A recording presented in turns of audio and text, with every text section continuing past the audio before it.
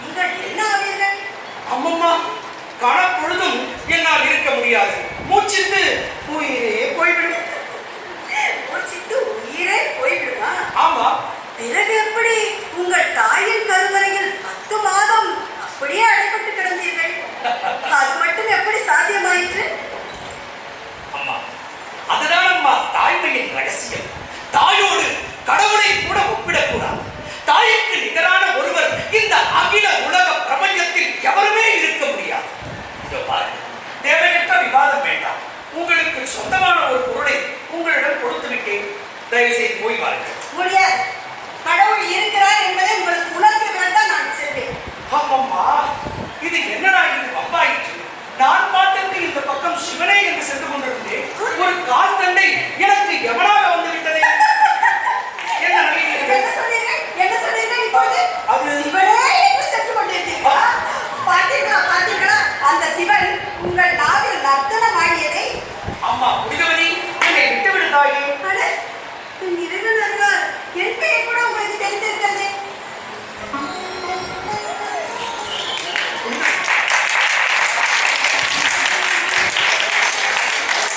தங்கையின் பெயர் புனிதவதி. அழகாக இருக்கிறது. நீங்களும் அழகாகத்தான் இருக்கிறீர்கள். மன்னிக்க வேண்டும், மன்னிக்க வேண்டும்.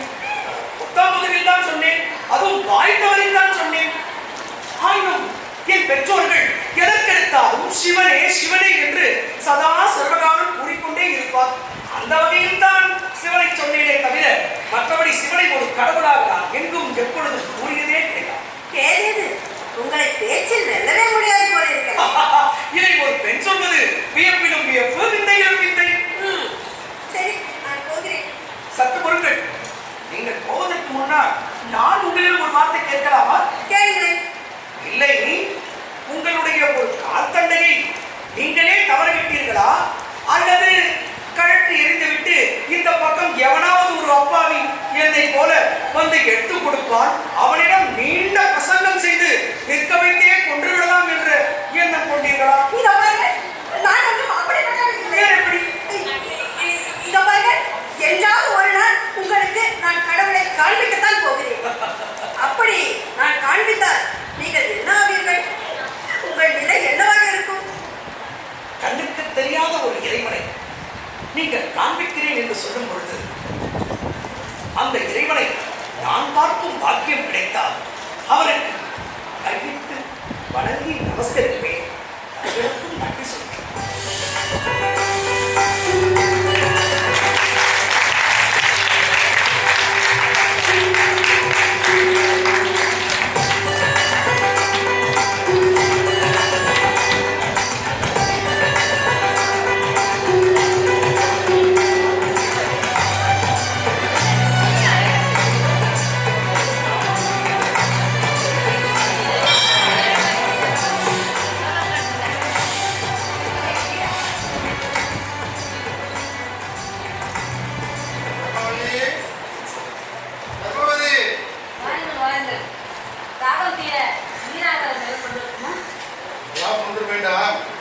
கோயிலுக்கு சென்றிருந்த புத்தவன் வந்துவிட்டாளா?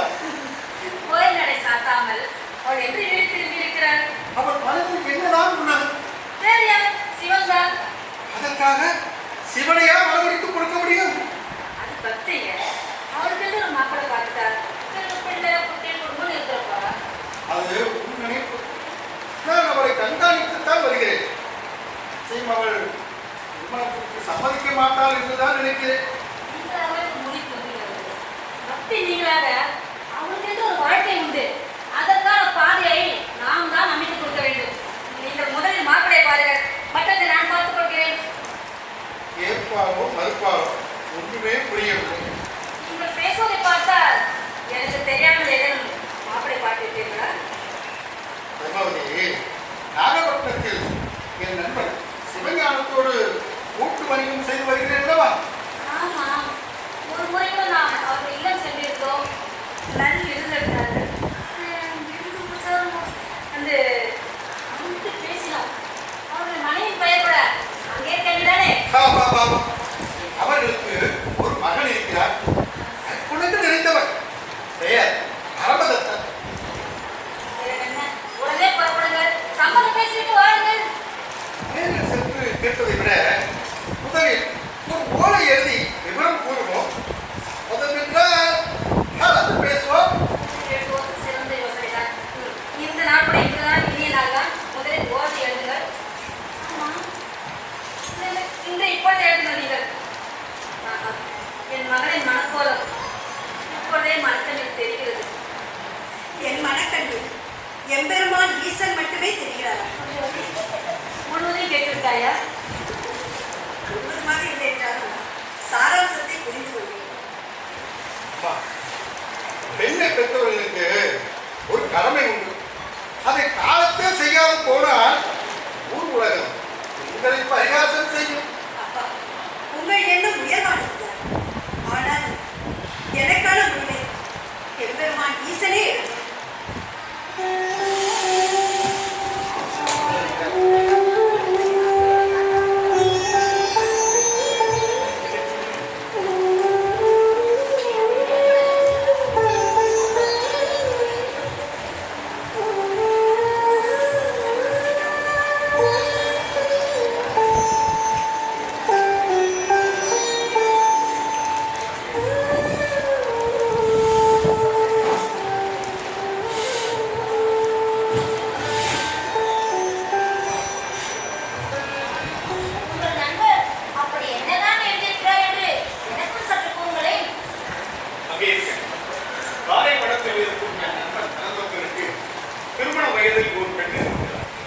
அவளை நானும் ஒரு முறை பார்த்திருக்கிறேன்.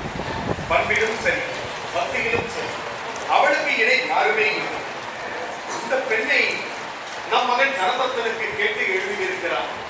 ஆனால் எனக்கு இது உடன்பாடு.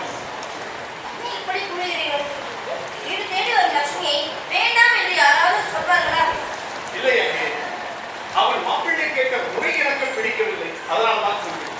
நீங்கள் பேசுவதுதான் எனக்கு ஒன்றும் புரியவில்லை. உனக்கு சம்மதமா என்று வினா வைத்து எழுதியிருக்கிறான்.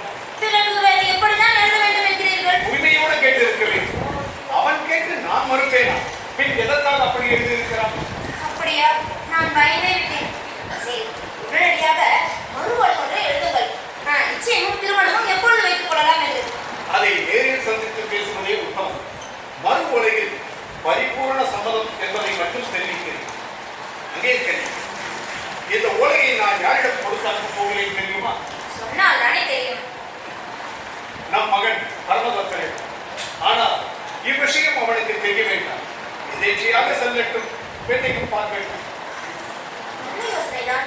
ஆனால் ஓலையை படித்த தகவலை தெரிந்து கொண்டு விட்டால் அங்கே தெரியும். நம் மகன் வருகிறான். அவன் வருவதற்குள் நான் உள்ளே சென்று மறு ஓலையுடன் வருகிறேன். அதுவரை அவரிடம் நீ பொத்தா பொதுவாக பேசி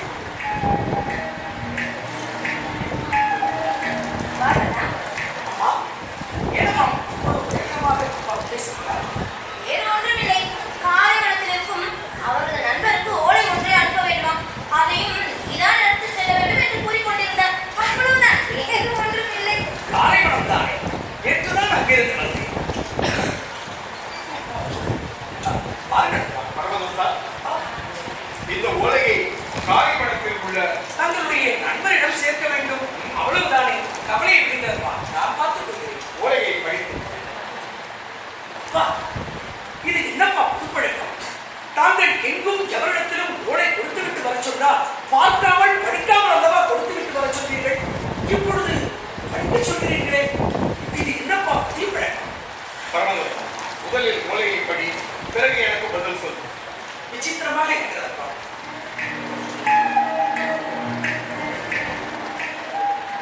ஒற்றை வரி, 2 அர்த்தங்கள், பரிபூர்ண சம்மதம். அப்பா, எதற்குப்பா இந்த பரிபூர்ண சம்மதம்? என் நண்பன் நாம் இருவரும் சேர்ந்து ஒரு கூட்டு வைத்துக் கொள்ளலாமா என்று கேட்டு எழுதியிருந்தால் அதற்கான பதில் தான் இது.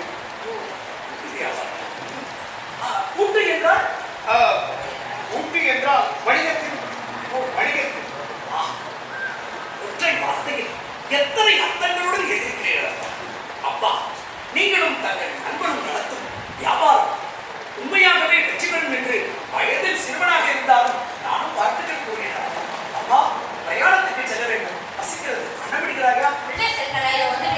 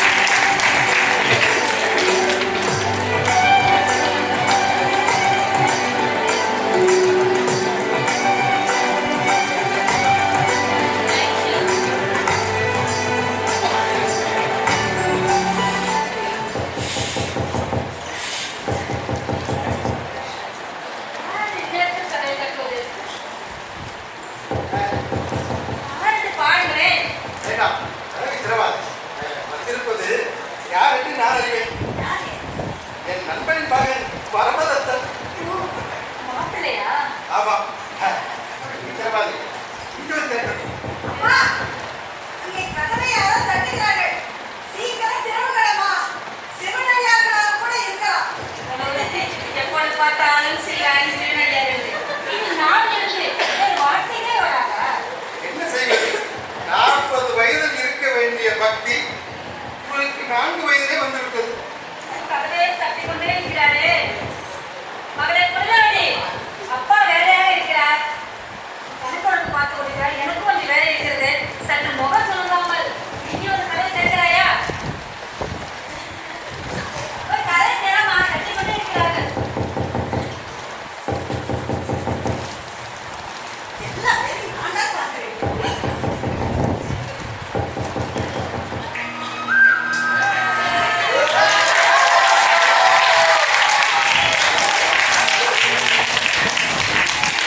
நீங்கள் எப்படி இங்கே? இதே கேள்வி நான் கேட்கலாமா? தாங்கள் என்ன இங்கே? இது எங்கள் வீடு. ஓ, இது உங்கள் வீடா? உங்களைப் போலவே உங்கள் வீடு மிகவும் அழகாக இருக்கிறது. உங்களுக்கு இது தவிர்க்கப்பட வேண்டிய வார்த்தை. இல்லையே, சொல்ல வேண்டிய வார்த்தை தானே. போதும் போதும். நீங்கள் யார்? எங்கிருந்து வருகிறீர்கள்? உங்களுக்கு என்ன வேண்டும்? நான் நாகையிலிருந்து வருகிறேன். சிவஞானம் அவர்களின் ஓ, சிவஞான மாமாவின் மகனா நீங்கள்? ஆமாம், அத்தை மாமா எல்லாரும் நலமாக இருக்கிறார்களா? எல்லோரும் நலமாக இருக்கிறார்கள். என்னை தவிர. ஏன், உங்களுக்கு என்ன வயிற்று? இல்லை, நீங்கள் அந்த கோவில் வளாகத்தில் என்னை சந்தித்தவுடன் நான் உங்களை மறுமுறை காணும் பொழுது அந்த கடவுளை நிச்சயம் காண்பிக்கிறேன் என்றீர்கள். அந்த கடவுளை நான் காணாதவரை எப்படி நலமாக இருக்க முடியும்? நீங்களே சொல்லுங்கள். கேலி செய்கிறீர்களா? நீங்கள் வேண்டுமானால் பாருங்கள். ஒரு நாள் கடவுளை நிச்சயம் நீங்கள் காண்பீர்கள். என்னை விடுங்கள். தாங்கள் தினப்பொழுதும் கடவுளை காண்கிறீர்கள் அல்லவா? தினப்பொழுதுமா? ஒவ்வொரு கணப்பொழுதும் காண்கிறேன் என் மனக்கோவில். அப்பப்பா, ஆனாலும் அந்த கடவுளை உங்கள் மனக்கோவிலிலே வைத்து போட்டி விடாதீர்கள். பிறகு இந்த உலக இயக்கமே ஸ்தம்பித்து போய்விடும். கேலி பேசுவது பழையாதான் போல இருக்கிறது. என்னை விடுங்கள். ஆமாம், வீட்டிற்கு வந்த விருந்தினரை இப்படி நிற்க வைத்தே பேசுவது எந்த வகையில் நியாயமோ? எங்கள் வீட்டில் ஆசனம் ஒன்றும் இல்லை. வாய் நன்றாக இருக்கிறது.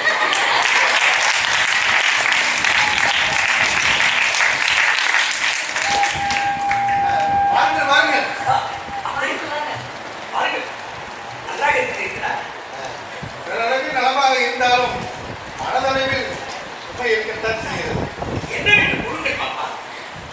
திருமண வயதில் பெண்ணை வீட்டிலே வைத்திருப்பது பெற்றவர்களுக்கு சுமைதானே. நான் இருக்க கவலை எதற்கு?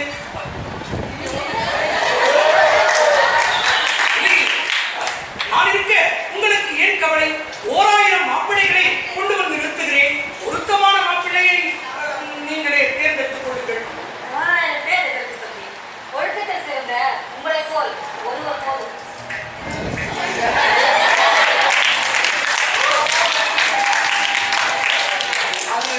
அது நீங்களாகவே இருந்தால் நாங்கள் பெருமகிழ்ச்சி கொள்வோம்.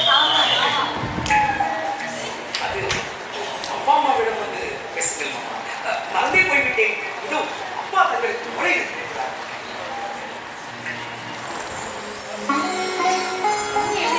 நண்பர் நீங்கள் அப்பா அம்மாவிடம் வந்து பேசுங்கள் என்று சொன்னவுடன் என் நண்பன் இந்த கடிதத்தின் மூலம் பேசிவிட்டார். அவன் முடிவையும் சொல்லிவிட்டான். என்ன முடிவு சொல்லியிருக்காரு? கூறுங்களேன். பரிபூர்ண சம்மதம் என்று. எல்லாம் நிறைவு செய்யணும். ஓ, அப்பா என்னை இங்கே அனுப்பியதன் காரணம் இதன் பொறுத்துதானா? ஆமா, இதில் புனிதவதியின் சம்மதம் மிக முக்கியமா. என் மகள் என் பேச்சை மறக்க மாட்டான். நல்லது மாமா. ஆமா, நான் உடனே ஊர் திரும்ப வேண்டும். வருகிறேன் மாமா, வருகிறேன். தம்பி, என்ன மாமா? நீங்கள் இன்று ஒரு நாள் இங்கே இருந்தால் சொல்ல வேண்டும். அப்படியா? ஆமா. ஆமா, அது முதல்ல நீரடித்து பசியாகலாம். உள்ள செல்லுங்க. புனிதவதி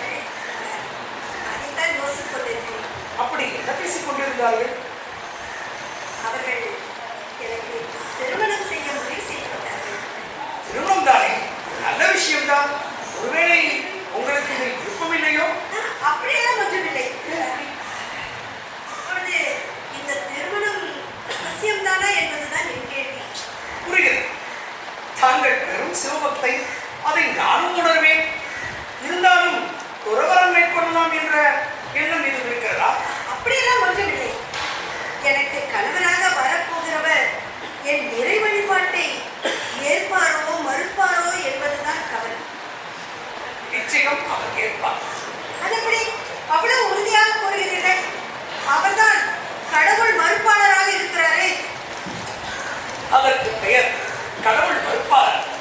கண்ணுக்கு தெரியாத ஒருவரை நம்புவதை விட கண்ணுக்கு தெரிந்த மனிதரை நம்ப வேண்டும் என்பதும் ஒரு சித்தாந்தம் தான். நேரடியாகவே கேட்கிறேன், இந்த திருமணத்தில் உங்களுக்கு சம்மதமா? எனக்கு அச்சம், மடம், நாணம், பயிர், இந்த அழகிய நற்குணம் நிறைந்த இந்த அழகு மங்கையை வேண்டாம் என்று யாராவது சொல்வார்களா? அதை நான் சொல்வேனா? இப்பொழுது அழகு மங்கை, அழகிய குணம் என்றெல்லாம் பேசுபவர்கள் ஒரு காலகட்டத்திற்கு பிறகு முகம் கொடுத்தே பேச மாட்டார்கள். மனிதர்களை வெட்கப்படுத்தவர்கள் போல் பேசுகிறீர்கள். எல்லோரும் ஒரே மாதிரி எண்ணிவிடார்கள். உள்ளார்களும் உள்ளார்கள் தான். நல்லோர் வாழும் பூமி, நல்லோர் ஆட்சி செய்யும் பூமி என்பதை மனதில் கொள்ளுங்கள். மிக அழகாக பேசுகிறேன். நன்றி, மிக்க நன்றி. நான் உங்களிடம் ஒரு வார்த்தை கேட்கலாமா? கேளுங்கள். உண்மையிலேயே பிடிக்காமலா இவ்வளவு நேரம் நின்று பேசிக் கொண்டிருக்கிறேன்?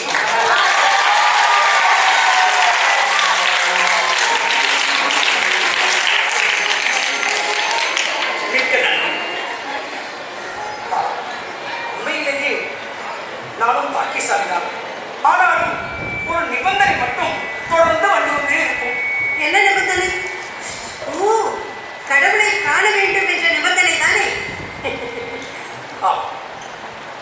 ஒரு பெண்ணுக்கு திருமணம் என்று ஒன்று ஆகிவிட்டார். அவளுக்கு எல்லாமே அவள் கணவன்றார். ஓ, கணவனே கண்கண்ட தெய்வம்.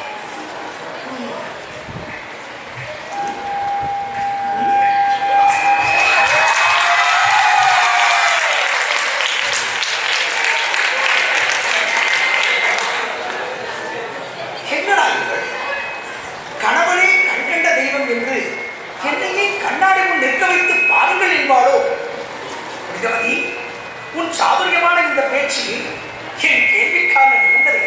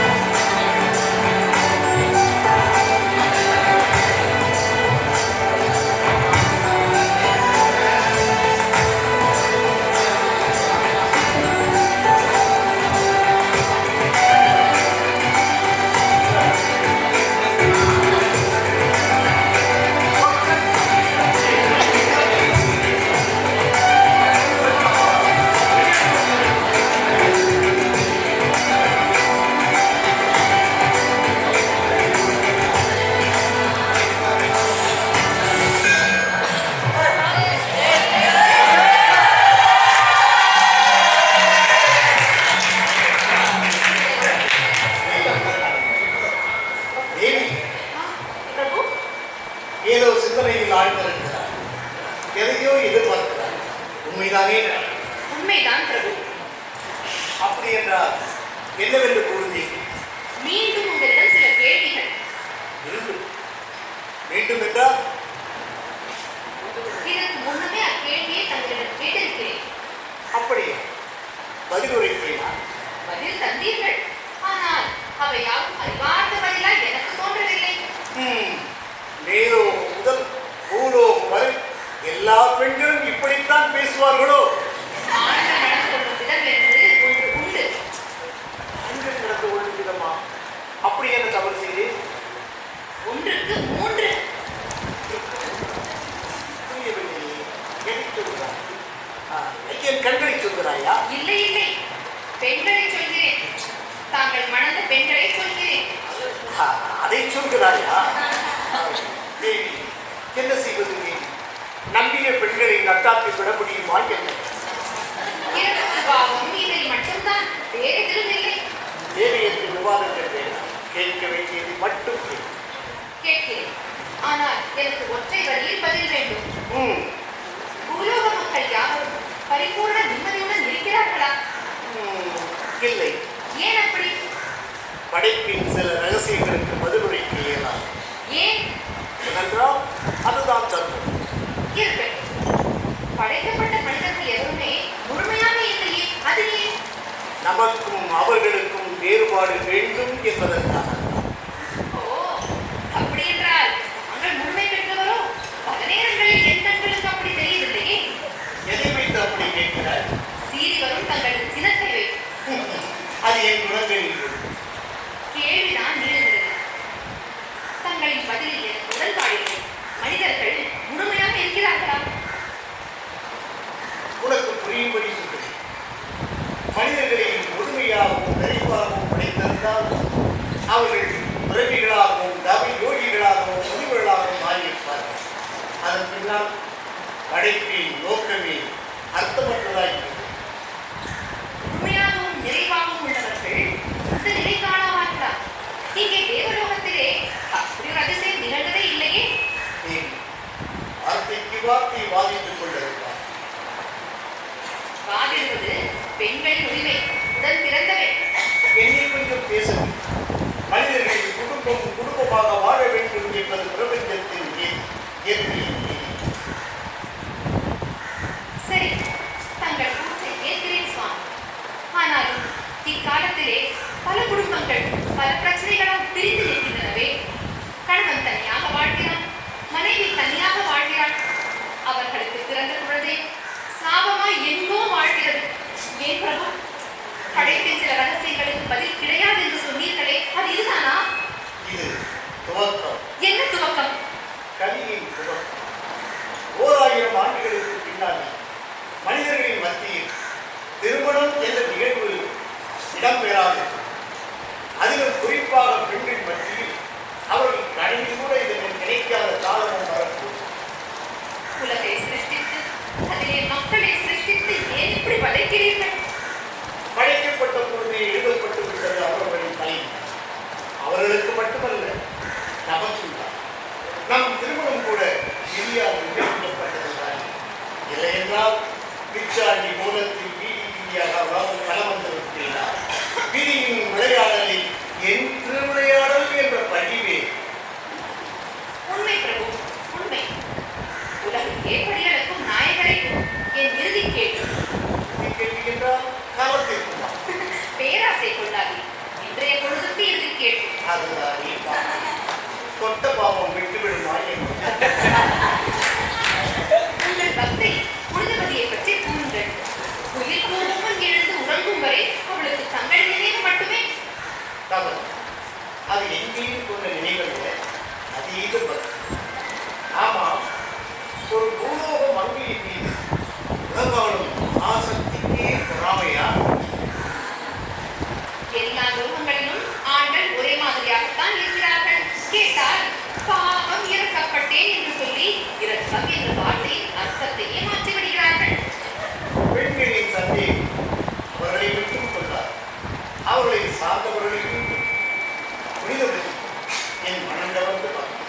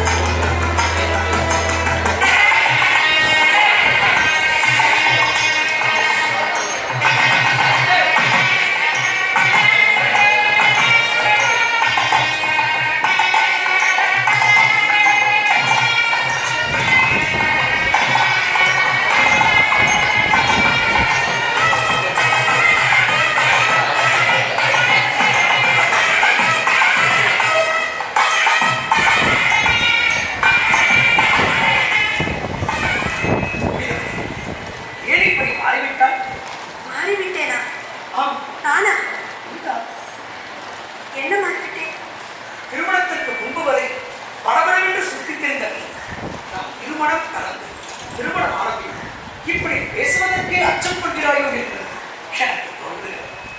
அதற்கு பெயர் அச்சமில்லை, நானும் பெண்களுக்கே உரிய பெருமை மிகு சொல். கோபத்திலும் சரி, நாணத்திலும் சரி, என் கனிமொழியால் இனிய செவிக்குள் அமுதமடைய உன் கண்ணிமை இரண்டும் சிறகடித்து பறக்கும் வண்ணத்து பூச்சிகள், ஊர்த்தீட்டிய வாழால் உன் துருவங்கள், நல் செய்தி சொல்லும் செவ்வாய் சிறந்திருக்க, பகைவர்களை சென்றெடுத்து தாக்கமா, தவழ்ந்து வரும் நிலாவின் ஒளிமுகத்தில் மலைத்தோரணி பனிச்சாரணி மலைகளை போல் கொண்ட கூந்தலா என் உள்ளம் உள்ளே கொண்ட பூமியை, உன் உள்ளம் கலங்கமற்ற மையா, உன் எண்ணம் அழகற்ற அழகா. அப்பப்பா, பெரும் வணிகராக இருந்த தாங்கள் இப்பொழுது பெரும் புலவராகிவிட்டீர்களே. அழகுமலை கவிதை மலைச்சாரணி நான் வேணும் நடந்தேன். அழகுமங்கையை திருமணம் செய்தவர்களுக்கெல்லாம் கவிதை தானே வரும். அழகுமங்கையின் திருமகளே கவிதை தானே. ஆனால் அந்த கவிதை கூட பொய்யின் ஊர்வலம் தானே. இதை ஏற்பீங்களா? இல்லை, இதை ஏற்பதற்கில்லை. கவிதையில் பொய் இருக்கலாம், ஆனால் அந்த பொய்யில் மனம் வீசும் மலர்கள் உண்டு, மகுடம் சூட்டும் அழகுண்டு. ஆக அழகுமங்கையை அலங்கரிக்கும் சொல்லை பொய் என்று பேசி உட்படுத்தலாமோ? போதும் புலவரே, போதும். நீங்கள் பேசுவதை கேட்கும்போது என் அழகின் மீது எனக்கே சந்தேகம் வந்துவிடும் போல இருக்கிறது. முதலில் உங்களை கோவிலில் சந்திக்கும் போது நீங்கள் ஒரு ரசனையற்றவரோ என்று நினைத்திருந்தேன். அப்படி என்றால் இப்பொழுது மெத்த படித்தவராகவும் பெண்களை மதிக்க தெரிந்தவராகவும் தெரிகிறது. உண்மைதான். அன்று கோவில் வளாகத்தில் உன்னை கண்டேன்.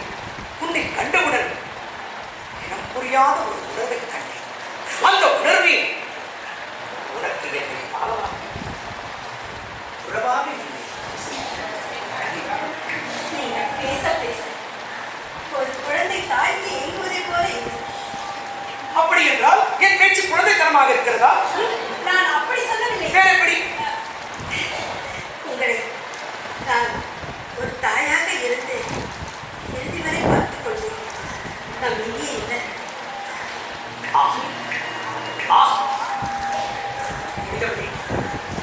தாய்க்கு பின் தாரும் என்பது எத்தனை அழகு, எத்தனை அழகாக எடுத்துரைத்து விட்டார். இருந்தாலும் உன்னிடம் நான் மன்னிப்பை கூற வேண்டும். மன்னிப்பா? என்ன மன்னிப்பு? உனது பக்தியில் நான் அத்தனை தூரம் இகழ்ந்து பேசியிருக்க கூடாது. பக்தி என்பது அவரவர் நம்பிக்கையை பொறுத்து. பிறரும் நம்பிக்கையை புண்படுத்தும் செயல் பண்பற்ற செயலா? அதை நான் செய்யலாமா என் புனிதவனிடம்? அப்படியெல்லாம் சொல்லாதீங்க. பக்தியின் இரு கருத்து வேறு முரண்பாடுகளை அந்த பக்தியை ஒரு உயர்ந்த இடத்திற்கு எடுத்து செல்கிறது.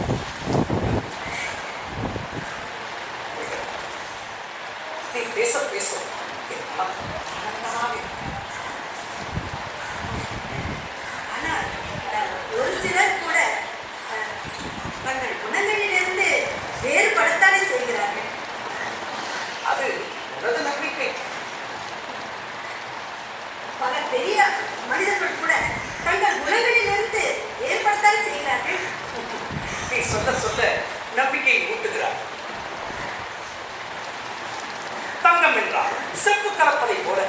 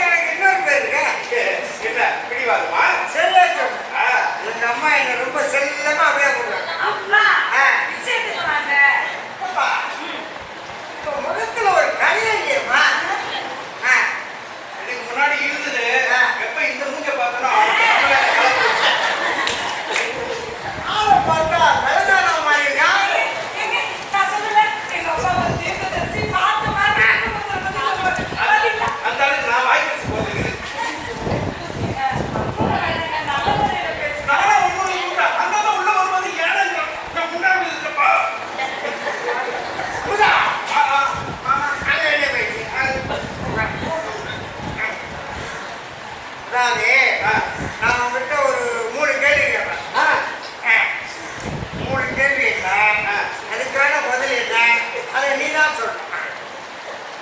ஆனா எங்க அப்பா மாப்பிள்ளை அவர்கிட்ட 3 கேள்வி கேட்கறது சொன்னா அந்த கேள்வி தானே. அதுக்கான பதில் நீ தான் சொல்லணும். இருங்க, நீங்க என்ன கேள்வி கேட்க போறீங்கன்றதையே நான் தான் சொல்லணும். அதுக்கு பதிலும் நான் தான் சொல்லணுமா? உங்க அப்பா நான் சொல்லுவான். என்னடா வித்தியாசமா இருக்கு. நீங்க என்ன கேள்வி கேட்பீங்க? வழக்கமா பொண்ணை பெற்றவன் மாப்பிள்ளை என்ன கேள்வி கேட்பான்? அந்த கேள்வி அடிச்சுடுவோம். நான் சொல்லட்டுமா? கேள்வி 1, நீ என்ன தொழில் செய்யற? அதானே தப்பு வேலை. என் பொண்ணை கட்டிக்கிறதுக்கு உனக்கு என்ன தகுதி இருக்கு? அதானே தப்பு வேலை. என் பொண்ணை காலம் பூரா பெண்கள் நாம வச்சு பார்த்தியா? அதானே இதுவும் தப்பு வேலை சொல்லு. என்ன இது? வழக்கமா பொண்ணை பொண்ணு இதுதானே கேட்பீங்க. ரெண்டு இதை புதுசா யோசிக்கிறாரு போல இருக்கு. சரி, அப்போ நாம வேற யாராவது வித்தியாசமா யோசிப்போம். மாமா, நீங்க 3 கேள்வி என்கிட்ட கேட்டீங்களா? இதே மாதிரி நான் ஒரு 3 கேள்வி கேட்கிறேன். அந்த கேள்விக்கு நீங்க பதில் சொல்றீங்களா? அப்போ நான் கேட்ட கேள்வி உனக்கு தெரியல. அதுதான் இப்படி சமாளிக்கிறீங்க. கேள்வி 1, உங்க பொண்ணுகிட்ட ஒரு குறை இருக்கு, அது என்னன்னு சொல்லுங்க பாப்போம். அப்பா, நான் இதுக்கு பதில் சொல்லணுமா? சொல்லு. என் கால்ல சுண்டு வரணும்னு நசுங்கி இருக்கோம், அதை சொல்றாரு. 5 விரல்ல ஒரு விரல் நசுங்கி இருந்தா அதெல்லாம் ஒரு குறையா? அது இல்ல. ஏன் பொண்ணுகிட்ட ஒரு குறை? அதுகிட்ட 1000 குறை இருக்கு. இதை ஒண்ணுதான் கண்டுபிடிச்சாங்க. ரைட்டா, நான் செல்லமா வளர்ந்துட்டேன். யாரையும் மதிக்க மாட்டேன். தீ போட்டு மீச்சிருவேன். பத்திரமா பார்த்துருவேன். அதுக்கு பேரு குறை இல்ல. திமிரு, கொழுப்பு. சரி, அவர்கிட்ட என்ன குறை இருக்கு நானே சொல்றேன். சரி, உங்க பொண்ணு பாவம் ஒரு தாயில்லா பொண்ணு. அதான் அவருக்கு இருக்கிற குறை. ஆமாப்பா, இதை நினைச்சு நான் எவ்வளவு நாள் சந்தோஷம் முடியும் தெரியுமா?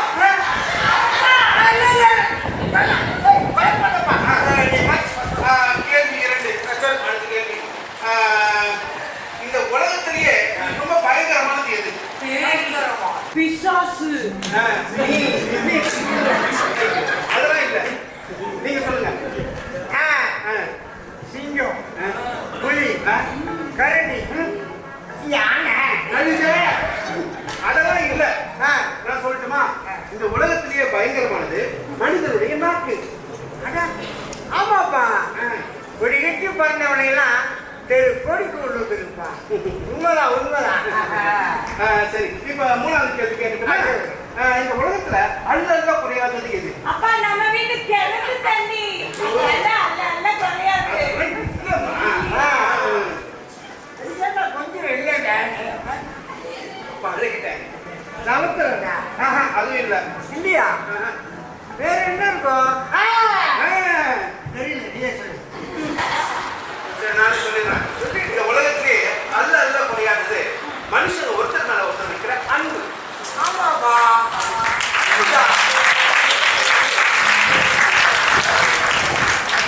அன்புதான் நிரந்தரமானது. உண்மைதான். மாப்பிள்ள, மாமா, நான் ஒரு முடிவு பண்ணிட்டேன். நீயே உங்ககிட்ட கேட்க மாட்டேன். அப்படியே கல்யாணம் பண்ணி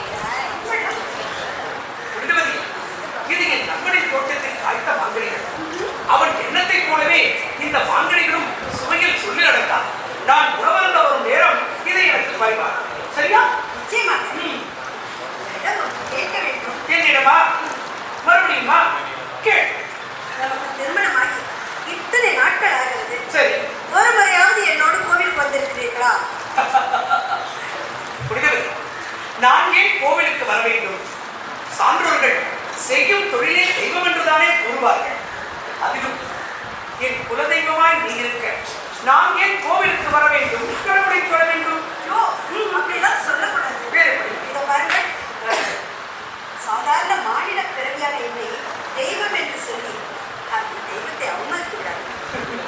நீ 1000 முறை எடுத்து கூறினாலும் என் குலதெய்வம் நீதான், நீதான், நீயேதான். தெய்வம் தெய்வம் என்று சொல்வது நம்ம எல்லாம் பதறுகிறது. புரிதவர் தனக்கு பிடித்தவர்கள் 1000 பேர் இருந்தாலும் நமக்கு பிடித்தவர்கள் மட்டும் நம்முடன் இருந்தால் அவர்கள் நம்மோடு இருக்கார். அதுபோலத்தான் என் உயிரை கலந்து விட்டார்கள். எல்லாவற்றிற்கும் ஒரு பதிலை தயாராக வைத்திருப்பீர்கள். ஆனாலும் அந்த பதிலும் அழகாகத்தான் இருக்கிறது. நமக்கு இருக்கும் அன்பு, நட்பு, இன்னொரு புரட்சிகள் எல்லாம் நாம் பத்திரப்படுத்தி பாதுகாக்க வேண்டும். இதில் ஒன்று உடைந்து விட்டாலும் நாம் நம்பிக்கை இழந்து விடுவோம். அப்பொழுது எந்த தெய்வத்தினாலும் நமக்கு ஆறுதல் கூறிட இயலாது. ஆகையால் தெய்வ நம்பிக்கை என்பது உன்னோடு மட்டும் இருக்கட்டும். காலத்தின் கட்டாயமும் எப்பொழுது என்னுள் தெய்வ பக்தி பூக்கிறதோ அன்று நீ அதிசயவர உன் இதய தெய்வத்தையும் நான் வணங்கி கூப்பிடுவேன், வண்டியிட்டு நமஸ்கரிப்பேன். ஒருவா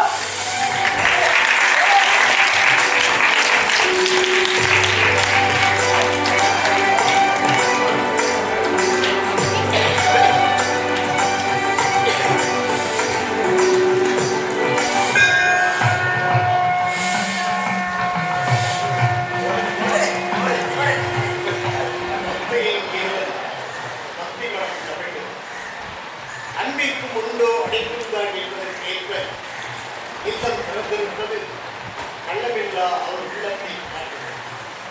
நாட்டில் கண்பர்கள் இல்லை என்பதையும் காட்டுகிறது. நாம் எங்கும் காரணம் என்று சொல்வதில்லை, வருவதும் இல்லை. வந்துவிட்டாலும் கருணை செய்வார்கள். பக்தையின் இல்லத்தில் அடியெடுக்க வேண்டிய என் பாதங்கள் அறியும். நான் பாதகரும் இல்லையே, என் உள்ளம் அறியும். நான் கூறு செய்ய வந்தவர்கள் இல்லையே. முதலில் பசியாரி செல்வோம். பரமசிவனாக பரமயோகியா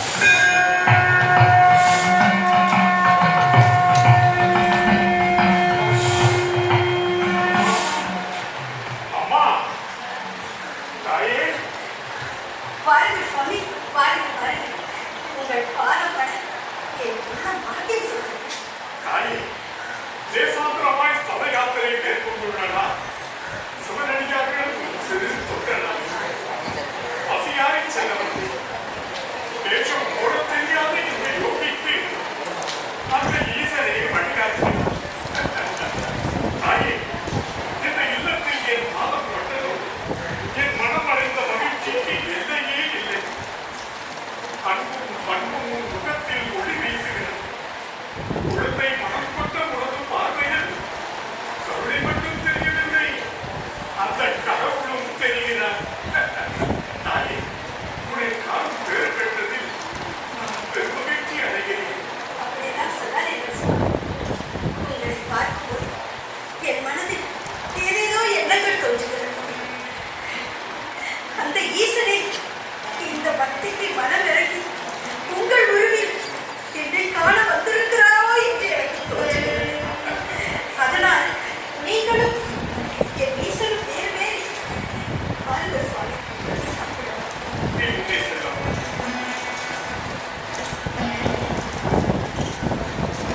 என்ன விந்தை இது? என்னை விட என் பக்தையின் ஞானமும் நம்பிக்கையும் அதிகமாக இருக்கிறது. பக்தர்களின் தூய நம்பிக்கையும் வழிபாடும் தெய்வங்களின் ஆற்றலையே தோற்கடித்து விடுகிறது.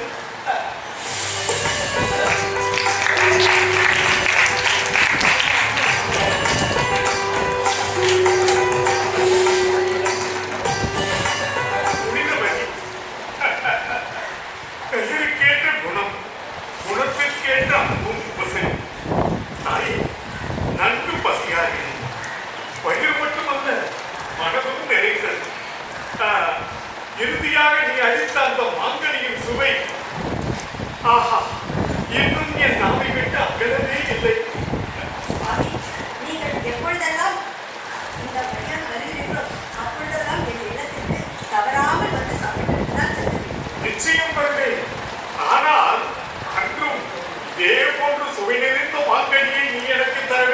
சம்மதமா? கண்டிப்பாக இந்த வையகம் உள்ளவரை உங்கள் வாழ்வார்ந்து வாழும் தாய். வாழ்வார்ந்து.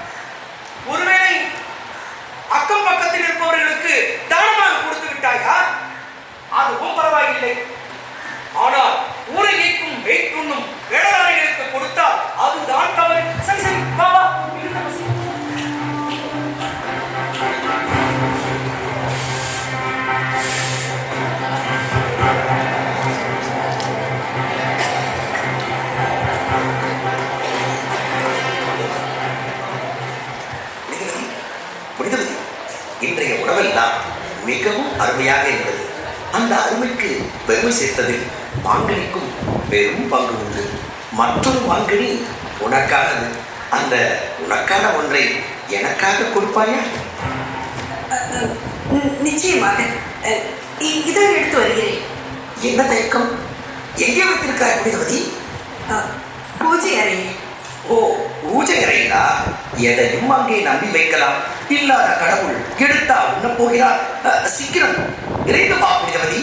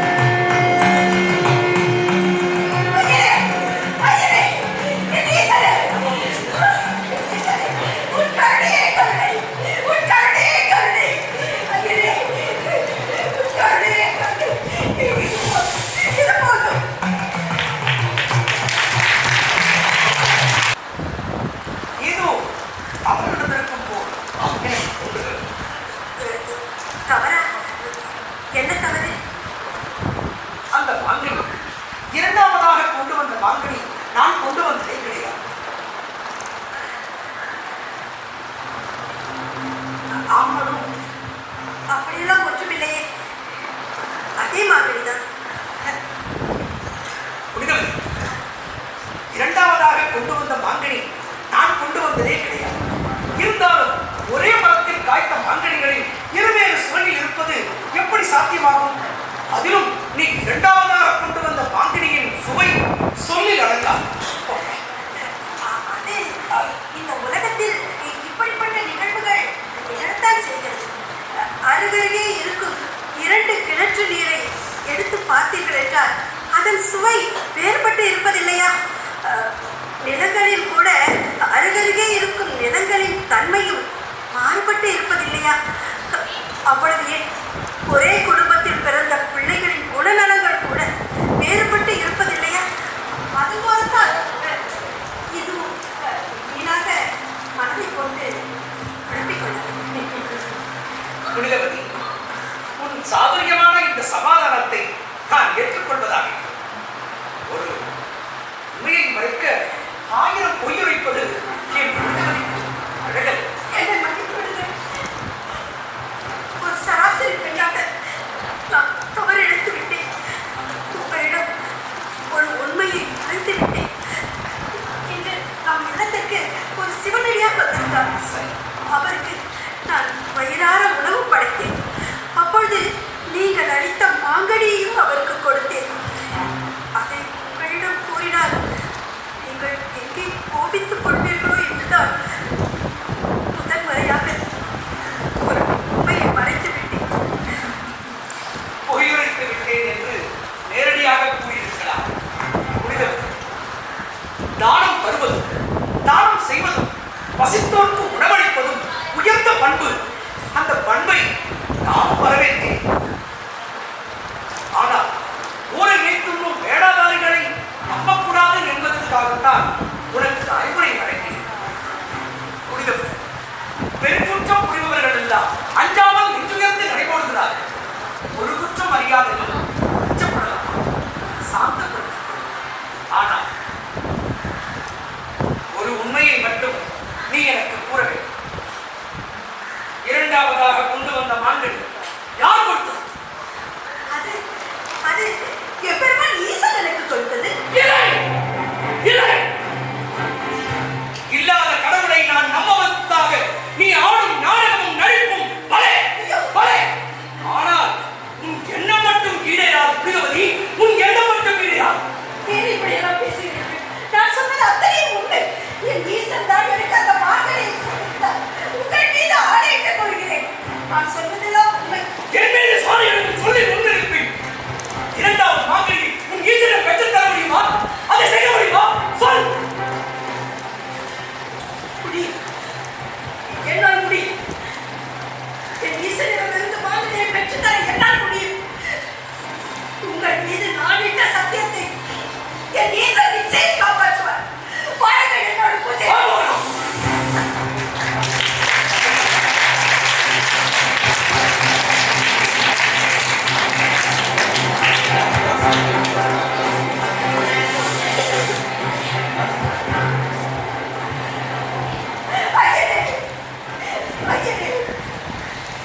பார்க்கும் இடமெல்லாம் தீபமர நிறைந்திருக்கும் பரம்பொருளே, என் ஈசனே, இதோ உன் பட்டை மீண்டும் வந்திருக்கு.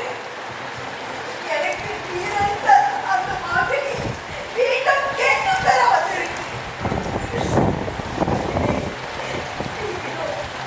அருளற்று இருள் சூழ்ந்து இருக்கும் என் கனவை ஒழியற்ற வரமாட்டாங்க. இது உனக்கும் எனக்கும் வர ஒரு இக்கட்டான சோதனை கட்டம். இந்த சோதனையில் என் கனவை வெற்றி பெற வேண்டும் என்று நான் ஒருபோதும் நினைத்தது.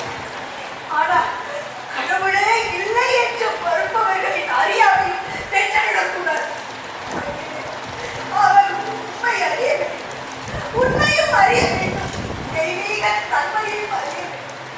படியேற்றி பிச்சை கேட்கிறேன்.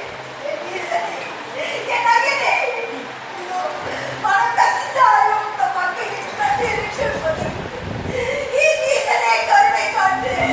என் ஈசனே கருணை காட்டு. கருணை காட்டு. அயனே, அயனே, அயனே, அயனே, என் ஈசனே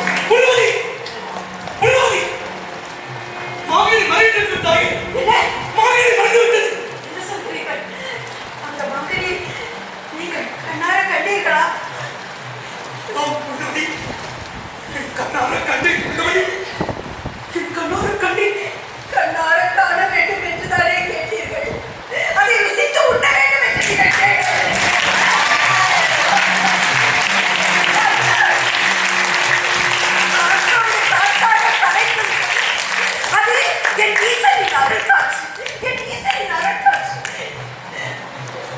புனிதவதி, அருந்து விடாத வானமும் அந்தரத்தின் சுடலும் பூமியும் அதிகாலை கதிரவனும் இரவுக்கு இதமான நிழலும் கடலும் செடியும் கொடியும் வாழும் இவை யாவும் தவித்து எங்காது என்பதை நான் நன்கு புரிந்து கொண்டேன் புனிதவதி, நன்கு புரிந்து கொண்டேன் புனிதவதி. என்னை போன்ற மூடனுக்கு மரணிக்கும் வரை மூடனாக இருந்துவிடக் கூடாது. எனக்கு மத்தி கொடுத்து எனக்கு நல்ல புத்தி வழங்கினாய் புனிதவதி, புனிதவதி. நீங்கள் தெய்வம் தாயே, நீங்கள் தெய்வம். இறைவா, இறைவா, எனக்கு சுவாச பிச்சை எடுத்த உன்னை எங்கடம் மறவே, எங்கடம் மறவே. ஓம் நமச்சிவாய, ஓம் நமச்சிவாய.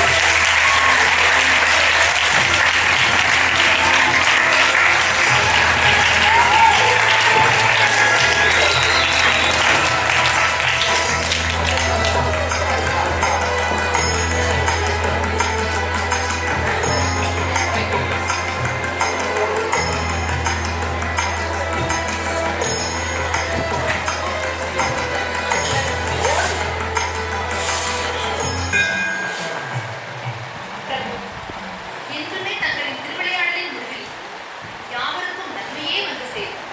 ஆனால் உங்கள் பக்தை புனிதவதியின் வாழ் பெரும் புயலை உருவாக்கிவிட்டீர்கள். அவர்கள் இல்லற வாழ் கேடு விளைவித்து விட்டீர்கள். இது எந்த வகையில் நியாயம் பெறும்? நடப்பதெல்லாம் நன்மை. அந்த நன்மை யார்? உங்களுக்கு தானே. உங்கள் புகழ் பாடு ஒரு பெண்ணின் வாழ் வீணாக உலோகத்தில்தான் சராசரி மனிதர்கள் நிறைந்திருப்பார்கள். அதை தேவலோகம் வரை கொண்டு வர தாங்கள் காரணமாகி விடாது. நீ ஒன்றை புரிந்து கொள்ள வேண்டும். உலகிலும் என் செயலும் காரண காரியமின்றி நடைபெறாது. ஒரு உலகில் புனிதவதியின் மரமாக புகழ்ந்து இருக்கலாம் அல்லவா? இருக்கட்டுமே. இரட்சிக்கும் தங்களுக்கு அந்த வரத்தை மாற்றியமைக்க இயலாதா? கொடுத்த வரத்தையும் இட்ட சாபத்தையும் திரும்பப் பெற இயலாது. திரும்பப்பெறும் வழிபட்டு இருந்திருந்தால் உன்னிடம் சிக்கிக் கொள்வோம். பகுத்திருப்பேனா என்று தானே சொல்ல வருகிறீர்கள்? வார்த்தை மாறி வருகிறது. இல்லை இல்லை, தங்களின் மனம் தடுமாறிவிட்டது. நிலையான மனம் இருந்தால் உண்மையாக ஒன்றே நலமென இருந்திருப்பீரே. விளையாட்டிற்காக சொல்லி விளையாவே சரி சரி, அவற்றை விடுங்கள். இனி புனிதவதியின் கதி பிரிவுபடலாம். தர்ம பலனை அனுபவிக்கப் போகிறார். அடுத்தடுத்து நடக்கும் நிகழ்ச்சிகளை நீ பார். கட்டிய மனைவியை பிரிவதா எந்த அவர்களுக்கும் பெரிய பாதிப்பு. அவர்கள் அடுத்த கணமே தங்களை சமாதானப்படுத்திக் கொண்டு வேறொரு பெண்ணை கைப்பிடித்து விடுவார்கள். ஈசன் முதல் கொண்டு எல்லாருமே நானும் அடைந்திருக்கிறேன். தங்களின் உயிர்ப்பும் யாவும் மனிதன்தானே. என்ன எல்லாவற்றுக்கும் உம்படியான ஒரு காரணத்தை உங்களுக்காக சொல்லிவிடுவீர்கள். பூலோக அப்பாவி மக்கள் அதை நம்பி தங்களை ஆராதித்துக் கொண்டிருக்கிறார்கள். பூலோகத்தில் அப்பாவிகள் இருக்கிறார்களா என்ன? இங்குதான் இல்லை, அங்காவது இருக்கட்டும். தேவி, எனக்கு ஒரே குழப்பமாக இருக்கிறது. முதலில் நான் பெண்ணை படைத்தேனா அல்லது கொட்டும் தேடை படைத்தேனா? இரண்டும் ஒரே குணமுடைமையாக இருக்கிறதே. ஓ, நான் குட்டும் தேடா? எனக்கும் ஒரு குழப்பம் உண்டு. என்ன? இடத்திற்கிறவன் இரவான் பச்சோதிகள் முந்தித் திறந்தனரா அல்லது ஆண்கள் முந்தித் திறந்தனரா? இரண்டுமே ஒரே குணமுடையதாக இருக்கிறார்களே.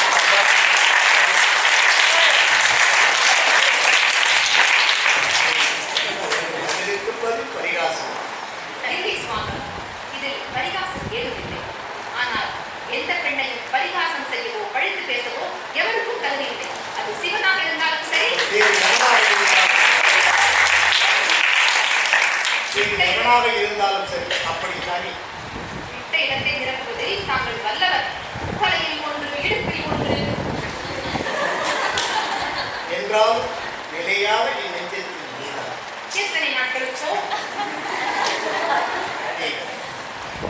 இதுவரை சிறு வார்த்தை விளையாடுவதெல்லாம் கிடையாது. உன்னை விட விட ஒரு பெண்ணின் பெருமையை நான் நம்புகிறேன். உலகிலும் இன்று வரை சத்தியத்தாலும் தர்மத்தாலும் நியாயத்தாலும் தியாகத்தாலும் இயங்கிக் கொண்டிருப்பது இவ்வுலகம் உன்னால் தான், உன் போன்ற பெண்ணால்.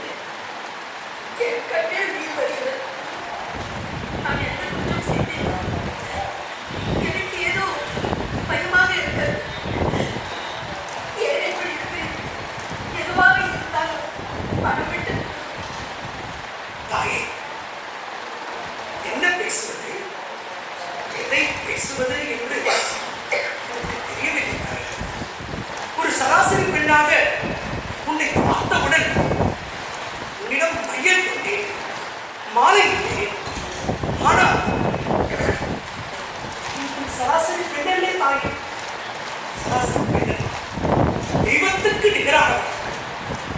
ஒரு மாங்கனி உன்னை தெய்வமாக்கி மனிதனாக்கி விட்டது தாயே, மனிதனாக்கி. என்னை தெய்வமாக்கி அந்த தெய்வத்திற்கு பழி சேர்த்து விடாது.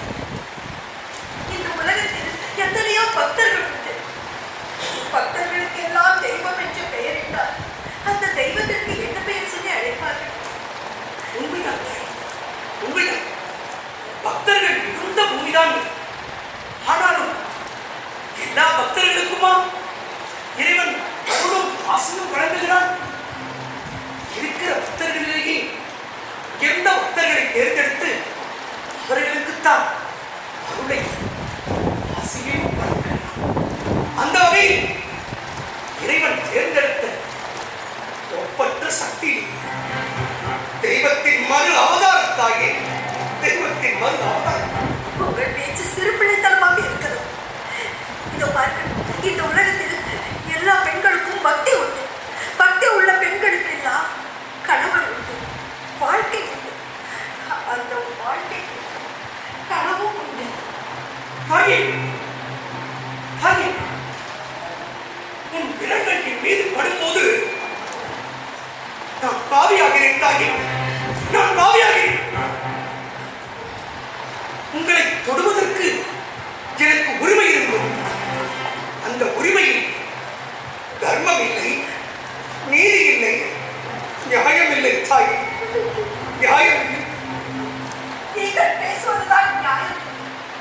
இதை பாருங்கள், ஒரு பெண்ணுக்கு திருமணத்துக்கு முன்பு வரைதான் தாய், தந்தை, கோவில் எல்லாம். திருமணம் என்று ஒன்று ஆகிவிட்டால் அவளுக்கு அவள் புகுந்த வீடுதான் கோவில்.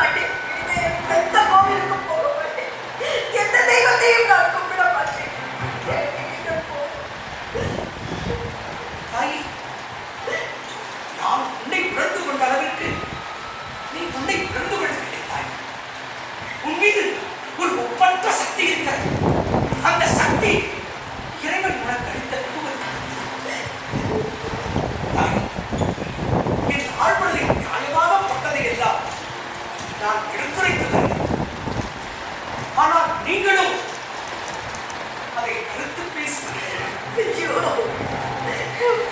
என்று நான் ஈசனிடம் முறையிட்டு மாங்கனிகளை பெற்ற போது அன்றுதான் தாங்கள் யார், உங்களுடைய சக்தி என்ன, பக்தி என்ன என்பதை கண்ணார கண்டேன், குணமாற உணர்ந்தேன். அன்று முதல் இன்று வரை நான் ஒரு நிலைப்பாட்டில் இல்லை தாய், நிலைப்பாட்டில் இல்லை தாய். புரிதவதி, மன்னிக்க வேண்டும். உங்களுடைய பெயரை சொல்லி அழைப்பதற்கு கூட தவறென்று கருதுகிறேன் தாயே. அது பாருங்க, இரவும் நிலவும் தோன்றி வெகு நேரம் ஆகிவிட்ட தாங்கள் சென்று போய் உறங்குங்கள். நமக்கு வழிவகுத்த இறைவன் நமக்கு ஒரு நல்ல முடிவை நிச்சயம் வழங்குவார், நிச்சயம் வழங்குவார். செல்லுங்கள் தாய், செல்லுங்கள். ஓம் நமச்சிவாய, ஓம் நமச்சிவாய, ஓம் நமச்சிவாய.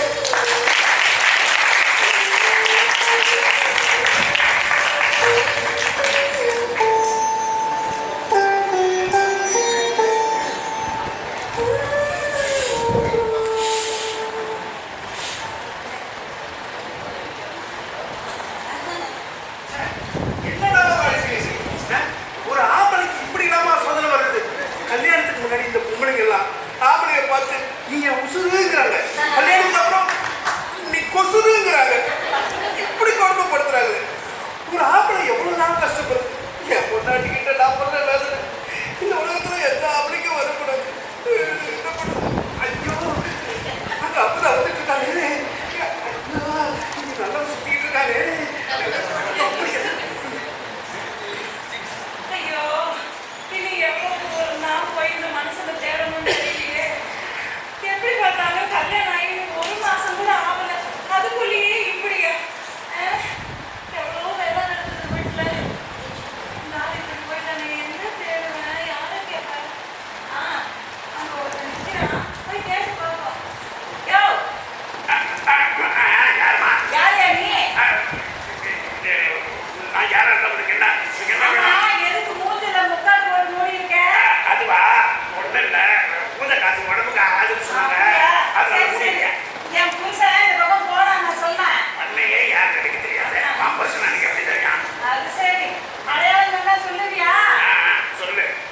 பார்க்கறதுக்கு பகட்ட தலையோடவும் உருட்ட கண்ணோடவும் முந்திரி கொட்ட மூக்கோடவும் உருண்டு திருந்த உடம்போடையும் பார்க்கறதுக்கு அப்படியே மனுஷன் மாதிரியே இருப்பாயா? இதெல்லாம் ஒரு அடையாளப்பா, கொஞ்சம் தெளிவா சொல்லப்பா.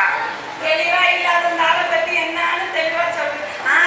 ஒரு விஷயம் இருக்குதே, என்ன? நம்ம ஊர் தலைவர்கள் போல அப்பப்போ ஒண்ணு பேசுவோம், ஒண்ணுமே வாங்காது. சரி, வழக்கமா உங்க புருஷன் எங்கெல்லாம் போவாங்க அங்கெல்லாம் போய் தேடி பார்த்தியா? அங்க அவனுக்கு தெரிஞ்சது குட்டிச்சவர், அந்த முட்டை நின்று அழுவானா, அங்கேயும் இல்லையே அந்த மனுஷன். இல்ல, நான் தெரியாம தான் கேட்கிறேன். இந்த மாதிரி உங்களை விட்டுட்டு ஓடி போற அளவுக்கு அப்படி என்னதான் பிரச்சனை நடந்தது? நல்ல கேள்வியா கேட்டேன். நீ ஏன் நியாயத்தை சொல்லிய? காலையில அவன் நயம் எந்திரிப்பான், வாச தெளிச்சு அழகா கோலம் போடுவாயா, சிரிச்ச முகத்தோட பாத்திரம் எல்லாம் பல பலன்னு விளக்கி வச்சு காப்பி தண்ணி எல்லாம் போட்டு எண்ணெய் அவன் தாயா எழுப்புவான், சிரிச்ச முகத்தோட. அழுக்கு துணி எல்லாம் எடுத்து ஒன்னா போட்டு பளிச்சு பளிச்சுன்னு துவச்சி காய போடுவாயா, சிரிச்ச முகத்தோட. இத்தனை செஞ்ச அந்த ஆளு கிணத்தடியில இருக்க தண்ணி எல்லாம் மோது வச்சு போயிருந்த நான் ஏன் அந்த ஆளு இப்படி நாள் எடுத்து தேட போறேன், வீட்டுல படுத்து உறங்கியிருப்பேனே. ஆக நீ உன் புருஷனை தேடுறது பாசத்தினால இல்ல,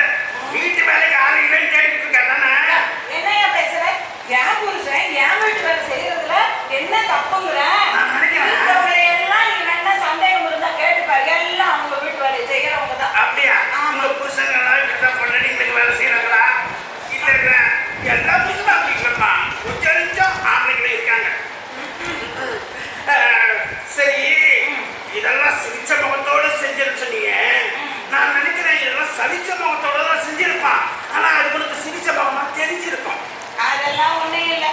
சிரிச்ச முகத்தோட தான் செஞ்சான். அப்படியே சொல்ற? நீ என்னால பாத்தியா இல்லையா? இங்கேயும் பார்க்கல. வழக்கமா அந்த எங்க போவாரு தேடி பார்க்க சொன்னாங்க. ஆமா. டீச்சர்கிட்ட போய் பாரு, கடை பாரு எங்கன்னா. எல்லாம் தேடிட்டேன். இல்லாண்டு தானே உன்னை யாரையும் நான் உன்னைய கேட்கிறேன். ஏன் மறுபடியும் மறுபடியும் நீ அந்த தேடிக்கிட்டே இருக்கிற?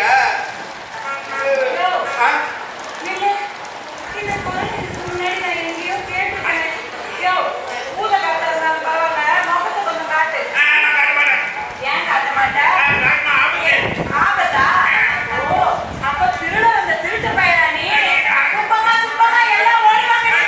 அதுக்கு முன்னாடி என் புருஷன் மேல இருக்கிற கோபத்தை இவன் மேல காட்டணும். அமுதா, என் பேரை சொல்றியா நீ? அமுதா, தாத்தா நீயா அது? என்னையா இப்படி மிச்ச காலமா எப்படி சொச்ச காலத்துக்கு இப்படி பண்ணிருப்பீங்க? அதான் தெரியல எப்படின்னு.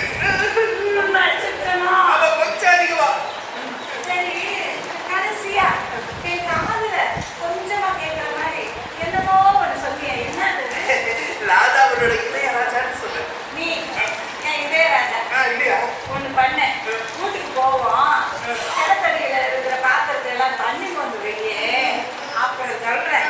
நான் வாசிக்கிற வாசிக்கிறேன். நீ என் இதயராஜாவா இல்ல இளையராஜாவா?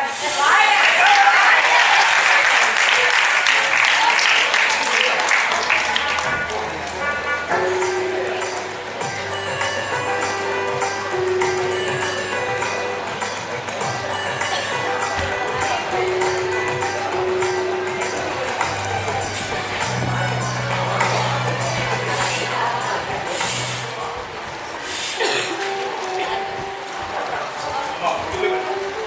கலங்கா கவலை கொண்டார்.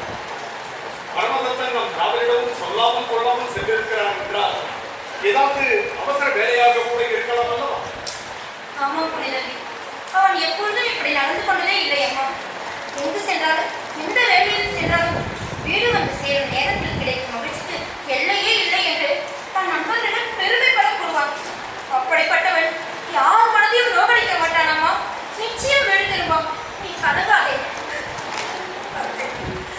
அவர் வீடு திரும்புவார் திரும்புவார் என்று சொல்லி இதோடு 5 நாட்கள் ஆகிறது.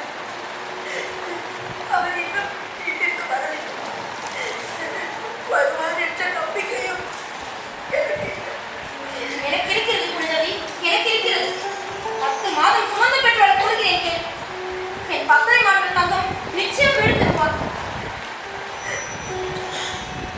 நீ கலங்காமல் இரம்மா. நிச்சயம் வீடு திரும்புவான். நான் சொல்வதை நம்பு.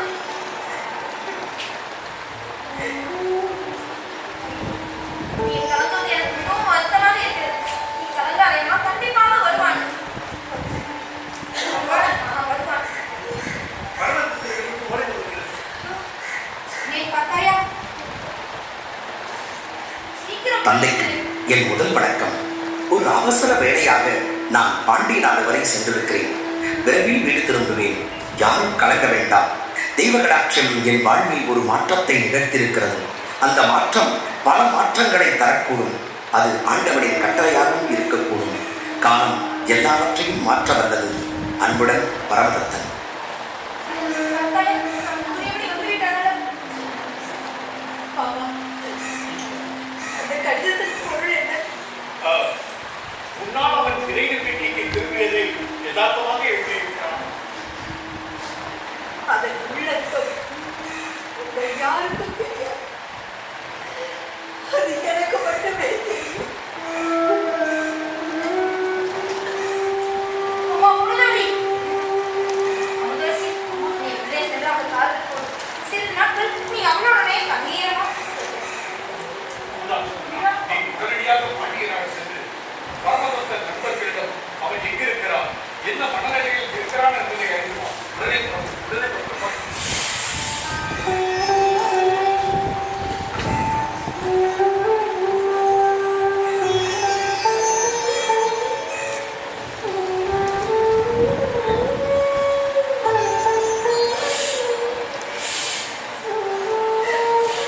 அமுதரசி,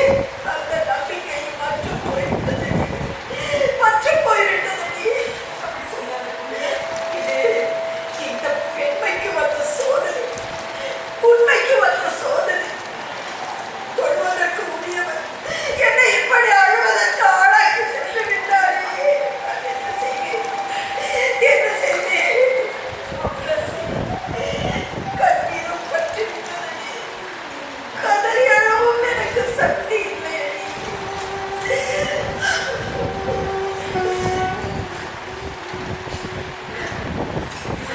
ராமதரிசி, நடந்ததெல்லாம் விதி என்றால் நடக்கும் போகும் விதியையும் நானே தீர்மானிக்கிறேன். என் ஈசனின் துணையோடு நானே தீர்மானிக்கிறேன்.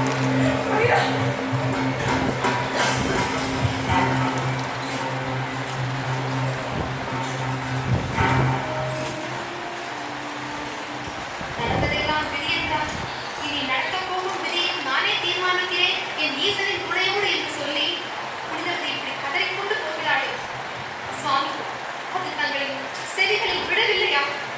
என் மனம் மிகவும் வேதனை அடைகிறது. சுவாமி, இனியும் ஏன் இந்த மௌனம்? தேவி, நீ எல்லாவற்றிலும் மிகவும் அவசரப்படு. பொறுத்திருந்து பார், நடக்கப்போ.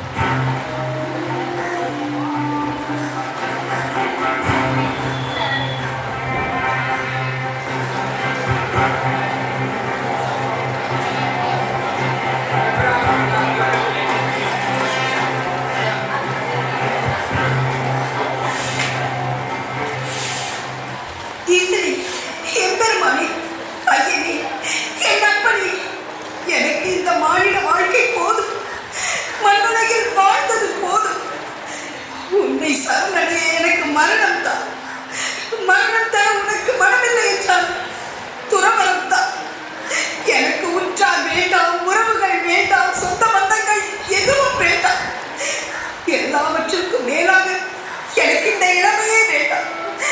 இறைவா, எனக்கு முதுமையைத்தான், நரைத்த கிழமாய் முதுமையைத்தான், ஒரு கனப்பொழுதேனும் உன்னை மறவாத மனதைத்தான். சர்வேஸ்வர், நான் கேட்ட இவ்வாரத்தை நீ தர மறுத்தான். இவ்விடமே இக்கணமே நான் உயிர் துறப்பேன். இது உன் மீது ஆணை, இது உன் மீது ஆணை. உலகாளும் ஈசனே, எமையாளும் நேசனே, என் பாட்டிற்கு மனமிறங்கி அருள் செய்வாயே. ஓங்கார ரூபமே, பிரணவத்தி வடிவமே, ஓங்கார ரூபமே, பிரணவத்தி வடிவமே, வினை தீர வந்தேன், நீ துணை வருவாயே. என் மனக்கூட்டில் நீ இறங்கி வரமருள்வாயே.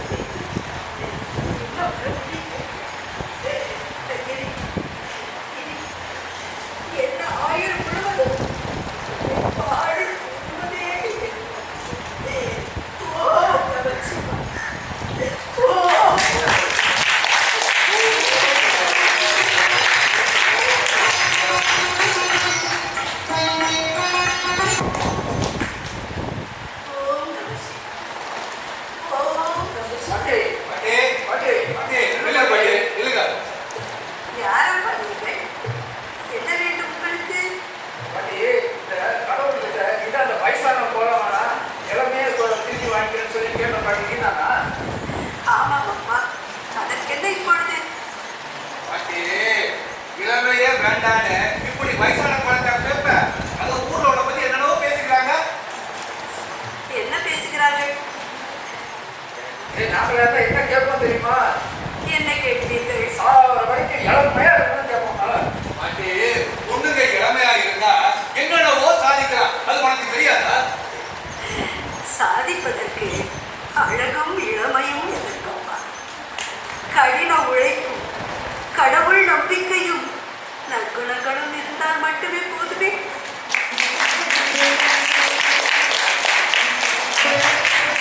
சரி பாட்டி, யாரு கண்ணுக்கு தெரியாத கடவுள் உன் கண்ணுக்கு தெரிஞ்சாங்க, யாரும் கேட்ட வரத்தை கொடுக்காத கடவுள் உனக்கு கொடுத்தாங்க. இதெல்லாம் எங்களால் நம்ப முடியலையா பாட்டி?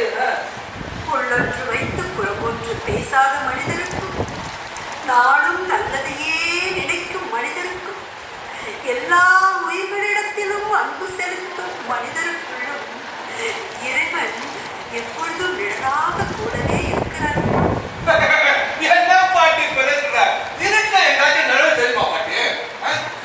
அந்த இருளே இறைவன் தான். இரவும் பகலும் இறைவன் நமக்களித்த கொடைகளை போன்று. கடவுள் கூட இருக்கான்னு சொல்ற கரெக்ட்.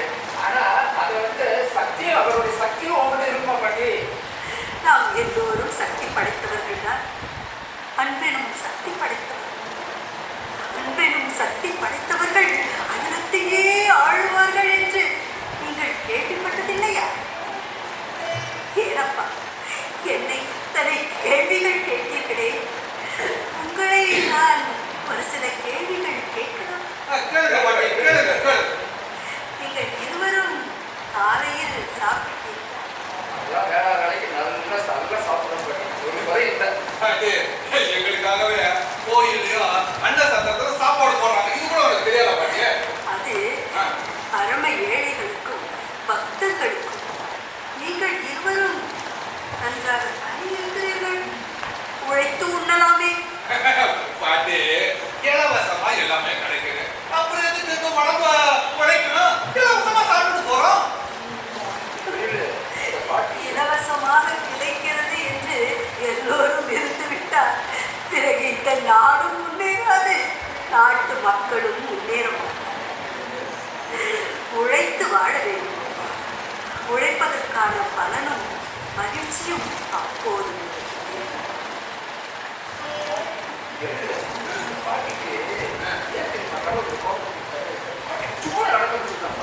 சரியா சொன்ன. அழகை இருந்தா இந்த பாட்டிய குடிக்க முடியாது. ஏனப்பா உங்கள் இருவரின் பெயர் என்ன? என் பேர் எழிலரசன். அகவழகன் எழிலரசன். அருமையான பெயர்கள். ஆமா, இந்த பெயர்கள் உங்கள் கூடவே வரும் இறுதி வரை. பாட்டி, ஒவ்வொரு காலகட்டத்துக்கு இந்த பேரை மாத்திட்டா இருப்பாங்க. அது இல்லையப்பா, வயதான பிறகு எழிலே போய்விடுமே, அதைத்தான் சொல்லுவேன். இளமையும் வயதையும் வைத்து ஒருவரை எடை போட்டு விடக்கூடாதுப்பா. அழகு என்பது அது இல்லை. அழகு என்பது என்னவென்று உங்களுக்கு தெரியுமா? தெரியல பாட்டு. அழகுனா என்ன நீயே சொல்லிவிடு. நீங்கள் அழகு என்று எதை நினைக்கிறீர்கள்? அழகான விழிகளையா, சிவந்த நிறத்தையா, வேர் போன்ற கண்களையா, இல்லை அவர்கள் அணியும் ஆடை ஆபரணங்களையா, இல்லை அவர்களுடைய உடை அலங்காரங்கள்? எதை நீங்கள் அழகு என்று சொல்கிறீர்கள்? இதுவல்லப்பா, இதுவல்ல அழகு. பெற்றவர்களை பிள்ளைகள் மதிப்பது அழகு. கட்டிய தாரத்தை கணவன் உயர்த்தி பார்ப்பது அழகு. ஆண்கள் பெண்களிடம் கண்ணியமாக நடப்பது அழகு. நல்ல குணம், நல்ல சிந்தனை, நல்ல செயல்கள் செய்வது அழகு. கடுமையாக உழைத்து உழைப்பே தெய்வம் என்று வாழ்வது அழகு. இனிய சொல்லும் இன்முகமுமாய் இருந்து எல்லோரையும் நேசிப்பது அழகு. காலையில் எழும்போதும் இரவில் படுப்பதற்கு முன்பும் அந்த இறைவனை தொழுவது அழகு. இவையெல்லாம் யாரிடம் நிறைந்து இருக்கிறதோ அவர்கள் தானப்பா பேரழகு.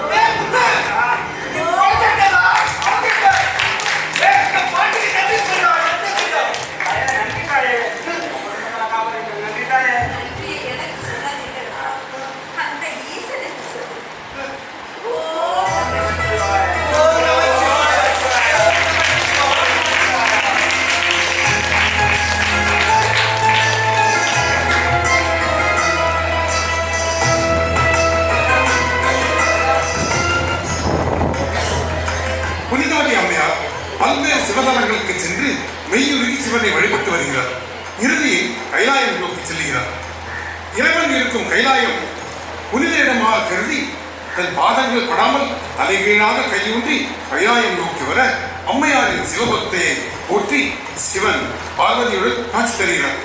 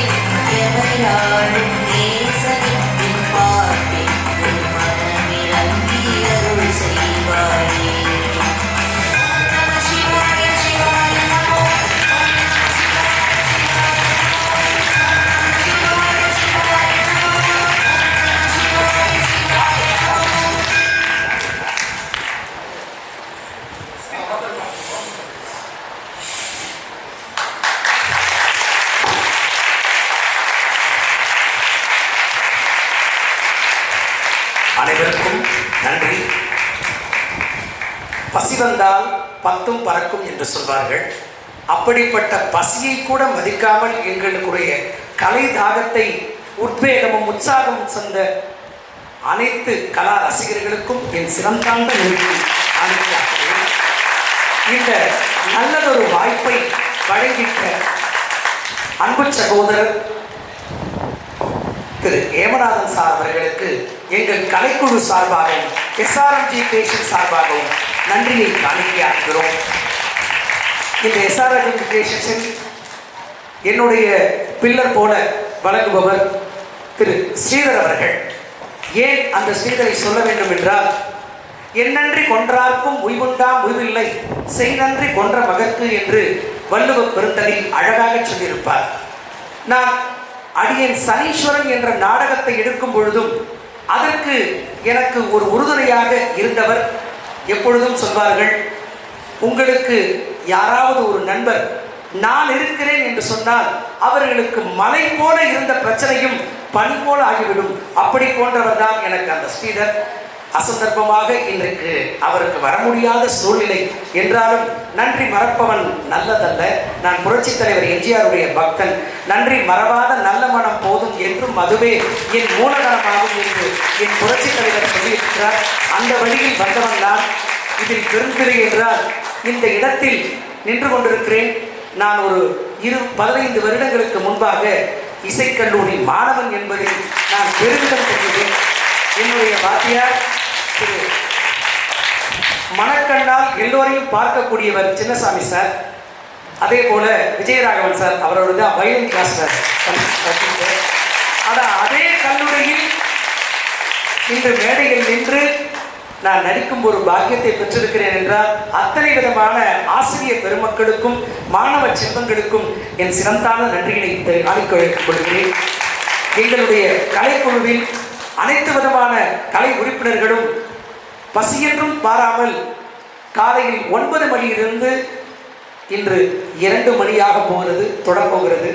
அத்தனையும் பொருட்படுத்தாமல் கலை உறுப்பினர்கள், என்னுடைய கலை சொந்தங்கள் அனைவருக்கும் உங்களுடைய பணிவார்ந்த உங்களுடைய ஆசீர்வாதத்தையும் என்னுடைய நன்றியையும் காணிக்கையாக கொண்டு இந்த நல்லதொரு வாய்ப்பை வழங்கிட்ட அனைத்து கலா ரசிகர்களுக்கும், ஒளி அமைத்துக் கொடுத்த கிச்சானன் அவர்களுக்கும், திரு விஸ்வஜித் அவர்களுக்கும், மேடையில் செட்டை வழங்கிய திரு ஜான்சன் அவர்களுக்கும் எங்களுடைய கலைக்குழு சார்பாக நன்றியை தெரிவித்துக் கொள்கிறோம். திரு நடன சபாபதி அவர்கள் மற்றும் இங்கே இருக்கக்கூடிய அத்தனை விதமான எண்ணங்கள். கொஞ்சம் தமிழில் எழுதி ஒரு எழுத்தை எழுதிவிடலாம். அந்த எழுத்துக்கு உயிரோட்டம் கொடுப்பது ஒவ்வொரு கலைஞனின் தலையாகிய கடமை. அந்த கடமையை பணியை எனக்கு தந்திட்ட திரு பூவை தயா அவர்களை இருகரம் கூப்பி வணங்குகிறேன்.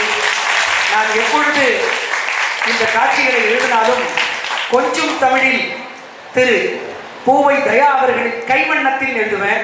அவருக்கு எப்பயுமே எளிமையான குணம் கொண்டவர். பாருங்க, கொஞ்சம் கூட அவர்கிட்ட அலட்டவே இருக்காது.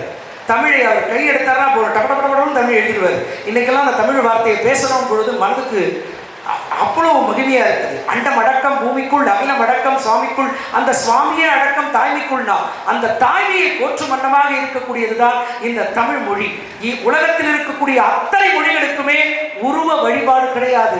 என் தமிழுக்கும் என் தமிழ் தாய்க்கும் உருவ வழிபாடு இருக்கிறது என்றால் அந்த தமிழ் தாயை வணங்கி சுவாமி சங்கரதாஸ் சுவாமி அவர்களை வணங்கி முடிவு பெறுகிறேன். எங்கள் ரேவதி அவர்களும் காரைக்கால் அம்மையாக திறந்திய எங்கள் ரேவதி அவர்களுக்கும் மற்றும் எங்கள் கலை சொந்தங்கள் திரு உஷா நந்தினி அவர்களும் மற்றும் நடன சபாபதி அவர்களுக்கும் ஸ்ரீலதா துகிலதா அவர்களுக்கும் பங்கு பெற்ற அனைத்து கலைஞர்களுக்கும் என் நன்றியை தெரிவித்துக் கொள்கிறேன். திரு உஷா மேடம் எப்படின்னு கேட்டிங்கன்னா, அவங்க ஒரு சென்ட்ரல் கவர்மெண்ட் ஸ்டாஃப். இன்றைக்கி அவங்க வேலை செய்யலைன்னா அவங்க குடும்பமே அவங்களுடைய சம்பாத்தியத்தில் தான் ஓடுது. இன்றைக்கி போய் ஒரு பஞ்சு வச்சுட்டு ஒரு பெண்மணி இவ்வளோ கஷ்டப்பட்டு, எனக்கு கூட பதட்டம். ஏன்னா இந்த நாடகத்தை எடுத்து நடத்துறதுங்கிறது எவ்வளோ ஒரு கருவை எப்படி சுமப்பது போல இந்த நாடக குழுவை நாங்கள் சுமந்து கொண்டிருக்கிறோம். அப்படிப்பட்ட ஒரு சொந்தா கூட இவங்கெல்லாம் எங்களுக்கு ஒரு பக்க பலம். இதே போல் நடன சபாபதி சார், அவருக்கு காலில் 4 தடவை கீழே விழுந்துட்டார். விழுந்தாலும் சிவன் என்ன பலமாக நிற்கிறார் பாருங்க. அவருக்கும் ஒரு கரை கோஷ கொடுக்குறது. அப்படிப்பட்ட ஒரு விஷயம். அதே போல் அந்த உஷா மேடம் இப்போ கூட கையை கீழே விழுந்து ஃப்ராக்கு அந்த ஃப்ராக்கோட நடிச்சுட்டு இருக்கிறாங்க. ஏன்னா நம்ம மலை போலே வரும் சோதனையாகவும் பனி போல நீங்கிவிடும். நல்லவர் மனம் எப்பொழுதுமே நிறைந்ததாக இருக்கும். உங்களுடைய கரகோஷத்துடன் நிறைவேறுகிறது. நன்றி, வணக்கம். வாழ்க தமிழ், வளர்க தமிழ்.